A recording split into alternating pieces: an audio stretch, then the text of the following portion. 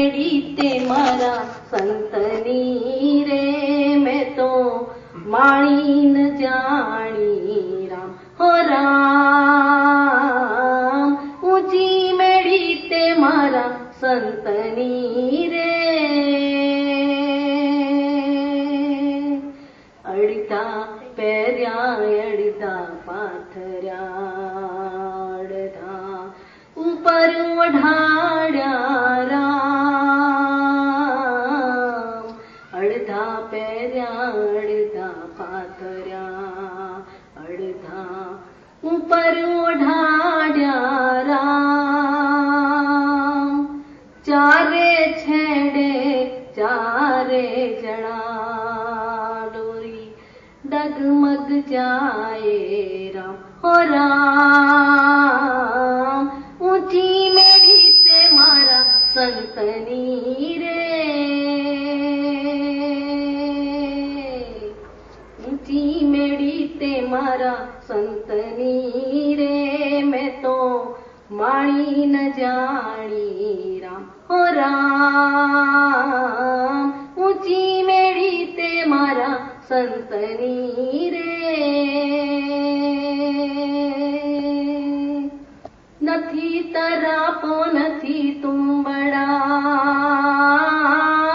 નથી તરાપો નથી તુંબડા નથી ઉતર્યાનો આરો રામ નથી ઉતર્યાનો આરો રામ નરસિંહ મહેતાના સ્વામી શ્યામળા પ્રભુ પારુતારો રામ હો રામ ઊંચી મેળી તે મારા સંતની રે ઊંચી મેળી તે મારા સંતની રે મેં તો માણી ન જાણી રામ હો રામ ઊંચી મેળી તે મારા સંતની રે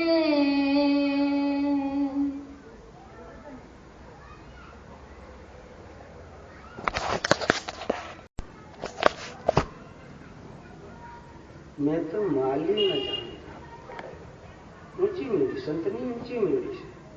ઊંચી મેળીનો તત્વાર્થ છે કોઈ ઘર નહીં, બંગલો નહીં, કોઈ નહીં. આમાં ત્રિભુવન કીધું છે, 3 ભુવન. કેળથી નીચેનો ભાગ પહેલો ભુવન, કેળથી ડોકનો ભાગ બીજો ભુવન, નાથી જોતો 3 ભુવન કીધા. 3 માળનો બંગલો.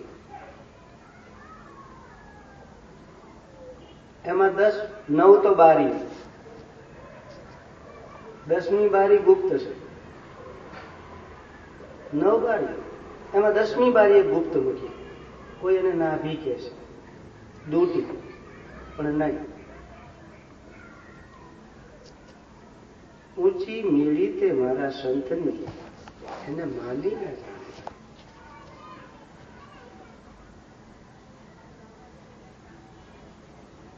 આજે મહાપુરુષો જ્યાં એ ભૂમિકા ઉપર પહોંચી ગયા છે એનું વર્ણન કર્યું અને તમને કે તમે પણ માલો અને જાણો પોતાના સ્વરૂપમાં જ છે, પોતાના ઘટમાં જ છે આ વસ્તુ.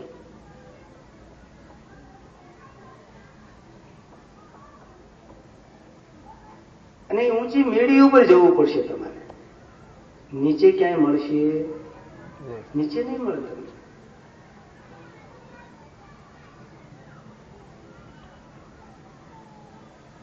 ગગન ગોખમાં જવું પડશે, ભમર ગુફામાં જવું પડશે, આજ્ઞા ચક્રમાં જવું પડશે. ત્યાંથી ઉપર ઉઠો એટલે સહસ્ત્રારમાં જવું પડશે. આ અનુભૂતિ જેને થાય, આ અનુભૂતિ એને મહાપુરુષોએ કીધું. નરસિંહ મહેતાએ ઊંચી મેળી મારા સંતની એને માલી ન જાણી રામ. એને જોયું કોઈ શમશાન યાત્રા નીકળી છે અને બધા રોતા કકળતા જતા હતા. એની અનુભૂતિ એ નથી નરસિંહની. ત્યાં બધું રોતા કકળતા જાય છે. આની પાછળ તો ભજન થવું પડે, આની પાછળ તો આનંદ થવો પડે, આની પાછળ તો અભિન ગુલાલ ઉડવા પડે. એવી આ કાયા છે. પંચતત્વની કાયા મહાન છે. આ લોકો કેમ રોવે છે, કેમ પૂર્ણા કરે છે? કેમ ઓળખ્યો ને મનુષ્ય દેહને? કેમ માલી ન શક્યા? એ આખી જિંદગી રોયો ને હવે એ બધા રોતા રોતા પાસે એની પાછળ જાય છે. એ તો આખી જિંદગી રોયો, પાછા બીજા એની પાછળ રોતા રોતા જાય છે. એ જાગ્યા નથી. નરસિંહ કહેવાનું તાત્પર્ય આવું છે કે આ જાગ્યા નહીં. આમને એને ખબર પડી શું બોલવું, શું કરવું, કેમ જાગવું, આને ના ખબર પડે. આ બધા રોતા રોતા જાય છે પાછા.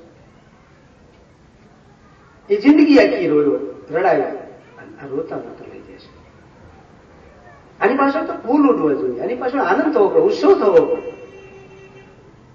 આંસુ સારવા ના જોઈએ, આનંદ હોવો જોઈએ, ભજનાનંદ હોવો જોઈએ. કારણ કે આને કોઈ ઊંચી મીડીનો કોઈ અનુભવ કર્યો, પિંડ બ્રહ્માંડમાં ઉતર્યું જ નથી, કોઈ સાચા સદગુરુ સંતને મળ્યો જ નથી, એની પાસે ઉપદેશ જ નથી મળ્યો, સાચું જ્ઞાન નથી પ્રાપ્ત થયું. ઊંચી મીડી તે મારા સંતની. કોઈ સંતને મળ્યો હતો, કોઈ મહાપુરુષનો ભેટો થઈ ગયો તો આ રોકકળ ના થાત પાછળ. એને માલી ન જાણી રાહ, માલી ન જાણી રાહ, માલી એને કોઈ હાથો માળી ના મળ્યો. આ ફૂલને ઉછેરવા વાળો, અને કોઈ જળ પાવા વાળો, હરિરસ પાવા વાળો, અને અંદર ઘટમાં પડેલો રામને ઓળખ્યો નહીં. માલી ન જાણ્યો રામ. આ રામ જે અંદર રણુકાર કરી ગયો છે, રામને ન ઓળખ્યા. ઊંચી મેળી તે મારા સંતની, એને માલી ન જાણી રામ.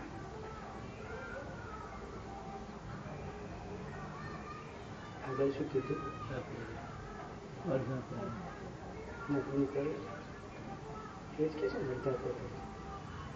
અડધા પહેરા, અડધા પાથરા, અડધા ઉપર ઓઢાડ્યા. ચારે શેડે ચારે જણા ડોલી ડગમગ જાય.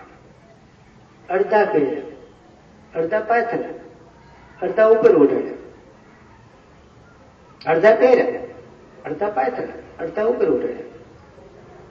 એવું તો કઈ હતું નથી ને, એમાં હોય છે એવું કઈ? આવું કઈ આપણે નથી જોયું કે અડધું પહેર્યું અડધું પાછળ, એવું કશું નહીં. એક પહેરાઈ દેશે ને પેલું આખી આખી આખી આખી આખી કે અડધું અડધું કશું નહીં થતું.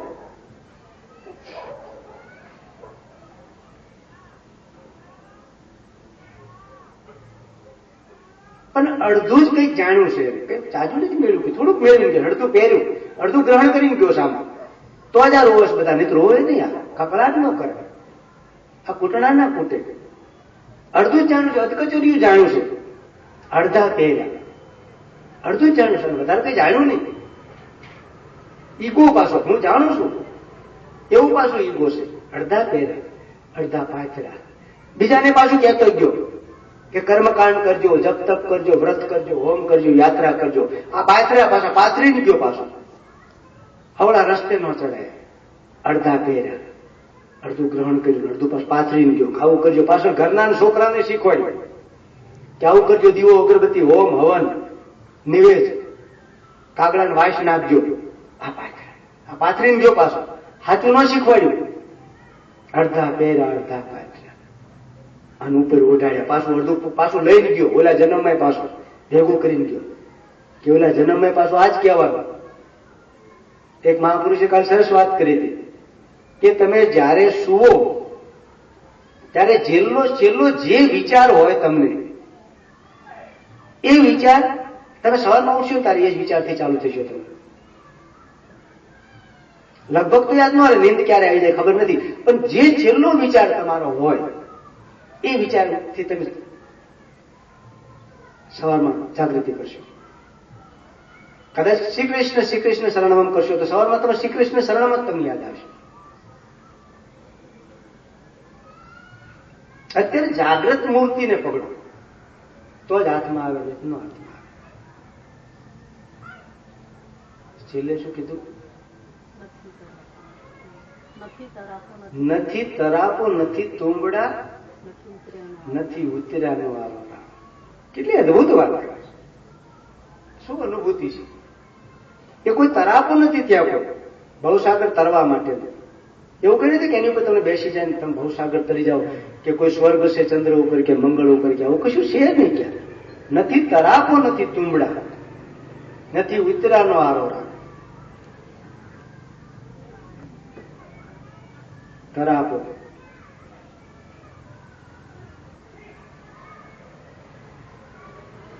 તુંબડા અને આરો. તરાપો, તુંબડા ને આરો, ત્રણ શબ્દ લીધા નરસિંહ મહેતાએ. તરાપો, તરાપો લાકડાનો બને અને એની પર બેસવાનું હોય.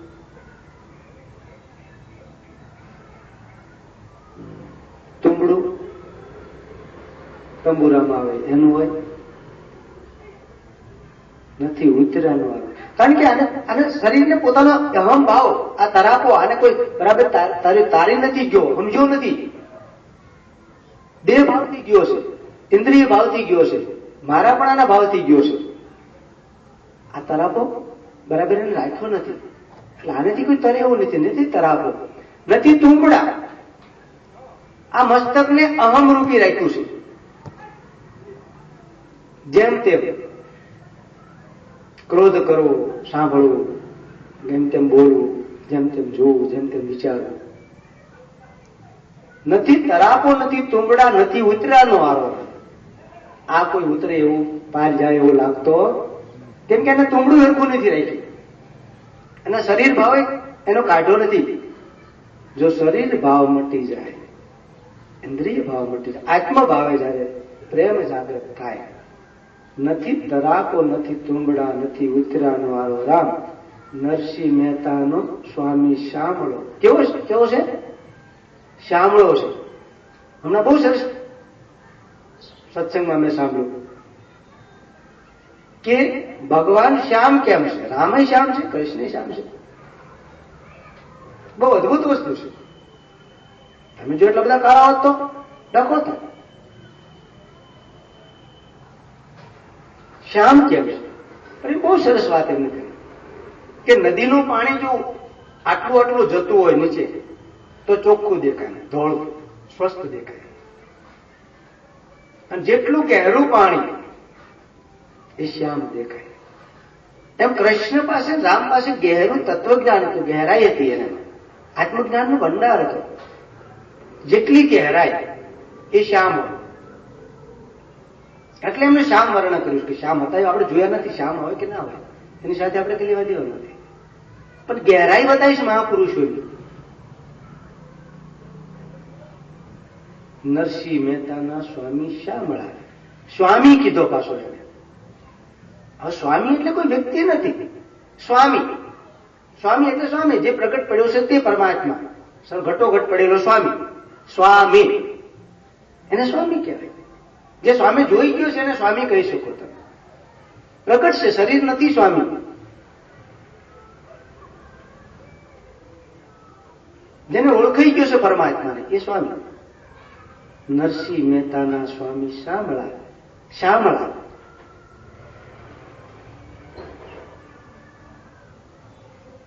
પાર અવતારો રાજ. પાર એટલે કોઈ એવી રીતે નદી નથી, કોઈ સરોવર નથી, કોઈ કશું જ નથી. જ્યાં મનુષ્ય જન્મ લીધા પછી જે આપણે અજ્ઞાનતા, હું પાપ પુણ્ય એવું નહીં કહું, અજ્ઞાનતા છે જે આપણામાં, જે સમજણ નથી સાચી કે હું કોણ છું, જે પડદા છે બધા કે આ ભગવાન જુદા, આ ફલાણા જુદા, ફલાણા જુદા, તમારે પડદા છે બધા. તમે છો તો બધું છે, તમે ના હોય તો ક્યાં ભગવાન છે? તમે છે તો બધું ઉભું કર્યું છે. અને તમે બીક ઉભી કરી, તમે ભ્રમણા ઉભી કરી. દીવો ઓલવાઈ જાય તો ભ્રમણા, નાળિયેર બગડેલું નીકળે ભ્રમણા, કે શ્રીફળ બગડેલું કેમ નીકળે? આપણે ઓલે બગડી ગયું એનું ના ગમે, નાળિયેર બગડેલું ના નીકળવું. આ બ્રહ્મણ નથી. આ બ્રહ્મણામાંથી જયારે છૂટી જાઓ, નરસિંહ મહેતાનો સ્વામી શામળા પાર ઉતારો. આપણે બ્રહ્મણામાંથી બહાર કાઢો, પાર કાઢો. આપણી આ બ્રહ્મણામાંથી જયારે બહાર નીકળે છે ત્યારે આપણી ઊંચી મેળી તે મારા સંતની, એને માલીને જાણે. આ ઊંચી મેળી ઉપર તમે પહોંચી જશો પછી તમને ભેદ બ્રહ્મણા નહીં રહે, શંકા કો શંકા નહીં રહે. પણ એ સદગુરુ સાચા મળે તો, કોક કરોડે સદગુરુ સાચા મળે.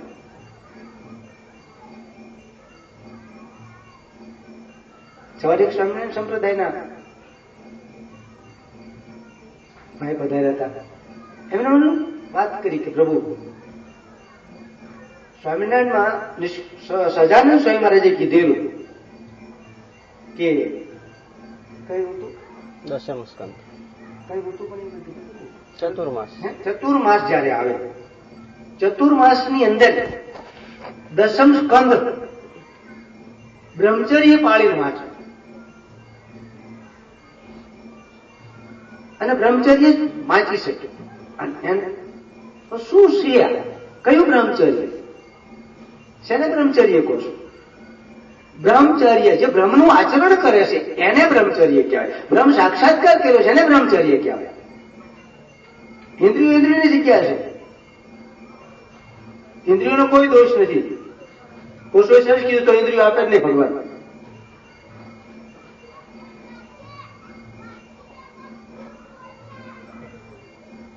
બ્રહ્મચર્ય ચતુર્માસ. ચતુર્માસ એટલે બે આંખો તમારી બે આંખો મારી. આ ચતુર્માસ થયો. બે ની આંખો હરખી થાય ને ત્યારે દશમ સ્કંદ એટલે દસમો દ્વાર તમારો ખુલે. નહીં તો કોઈ દી ખુલે નહીં. તમે ગમે દસમ સ્કંદ વાંચી નાખો કોઈ દી તત્વ જ્ઞાન ન થાય. બે આંખો હરખી થાય અને એમાં પરમાત્મ તત્વ દેખાય, સ્વામી પદ દેખાય, શરીર ભાવ છૂટી જાય ત્યારે દસમ સ્કંદ દસમો દ્વાર સ્વયં શિખરમાં પરમાત્માના દર્શન થાય. આ દસમ સ્કંદ.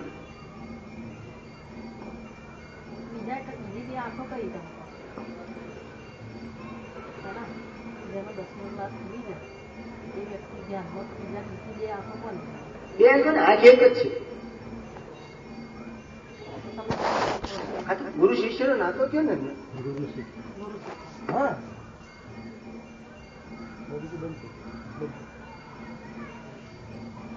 ગુરુ શિષ્યનો નાતો